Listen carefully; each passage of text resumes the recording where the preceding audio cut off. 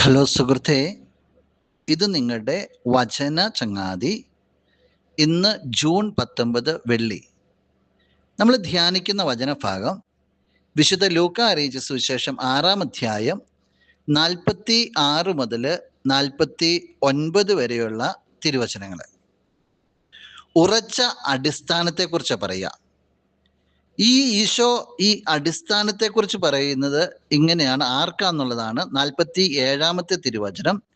എൻ്റെ അടുത്ത് വന്ന് എൻ്റെ വചനം കേൾക്കുകയും അതനുസരിച്ച് പ്രവർത്തിക്കുകയും ചെയ്യുന്നവൻ ആർക്ക് സദൃശനാണെന്ന് ഞാൻ വ്യക്തമാക്കാം.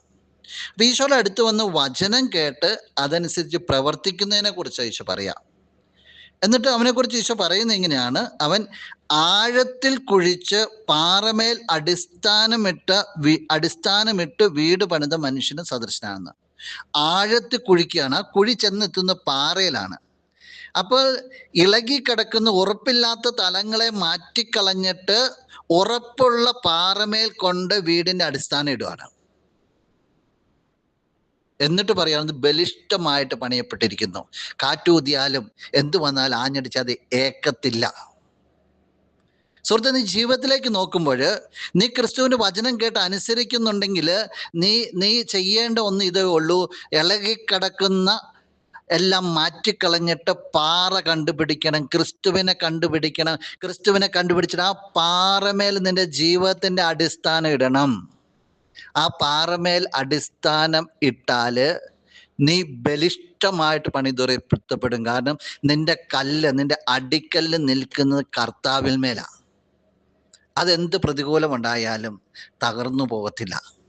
അവിടെ നിന്നെ നോക്കിക്കൊണ്ട് ക്രിസ്തുവും പറയും, മറ്റുള്ളവരും പറയും, അവൻ എൻ്റെ വചനം കേട്ടിട്ട്, അവൾ എൻ്റെ വചനം കേട്ടിട്ട് അനുസരിക്കുന്നവരാ. ബലിഷ്ഠമാകാൻ ക്രിസ്തുവിൽ പണിയപ്പെട്ട ജീവിതമാണ്. ജീവിതത്തെ ഒന്ന് പരിശോധിക്കണം. നീ ക്രിസ്തുവിലാണ് പണിയപ്പെട്ടത്. അല്ലാത്തവരുടെ അവസ്ഥയെക്കുറിച്ച് പറയുന്നുണ്ട്.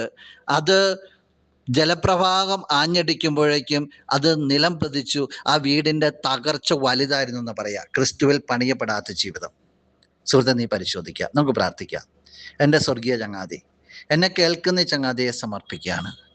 നിന്നിൽ ജീവിതത്തെ പണിതുയർത്തുവാനായിട്ട്, അതിനെ ക്രമപ്പെടുത്തുവാനായിട്ട് എൻ്റെ ചങ്ങാതിയെ സഹായിക്കണമേ.